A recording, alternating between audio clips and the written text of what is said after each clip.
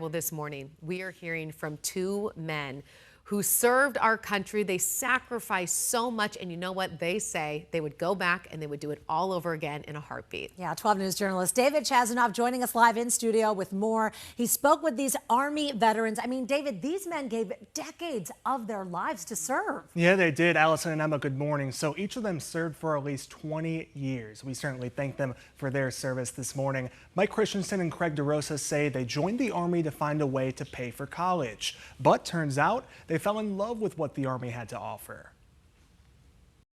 Once I joined, I fell in love with it. I absolutely loved serving, and then it was like, how can I do better? How can I advance in rank? And it just grew from there. Mike Christensen spent 21 years in the National Guard, serving 2 different deployments in Kuwait and Afghanistan. If I were to do it all over again, it was the best route that I possibly could have had in life. He retired in 2013. As a lot of veterans, it's definitely a transition. Even if I never had been in a war zone, just losing that camaraderie is a big transition. Christensen just completed the Operation K-9 Companion Program, which provides Army veterans with a service dog and more than $25,000 worth of training and support. He's now attached at the hip to his 3-year-old companion named Scout. He's definitely changed my life, and he helps a lot with just coping with anxiety and things like that. 20-year Army veteran Craig DeRosa is the 3rd former soldier to be honored through the program this year, which helped him meet Rolly. It just constantly grounds me in situations where I know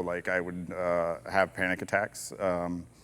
To the point where he grounds me, brings me back, and goes, hey man, we can do this together. DeRosa served during Operation Enduring Freedom in Afghanistan and Operation Inherent Resolve in Iraq and Syria. He retired on New Year's Eve. People honestly ask me all the time, would you go back and do it all over again? And I do it in a heartbeat. I loved every second of it. Arizonans nominated DeRosa and Christensen to receive a K-9 companion, made possible through a partnership between Fulton Homes, Big 94.5, and Soldier's Best Friend. Mick Milam says more than 100 veterans have graduated from the program over the last 2.5 years. I tell people all the time I have the world's greatest job.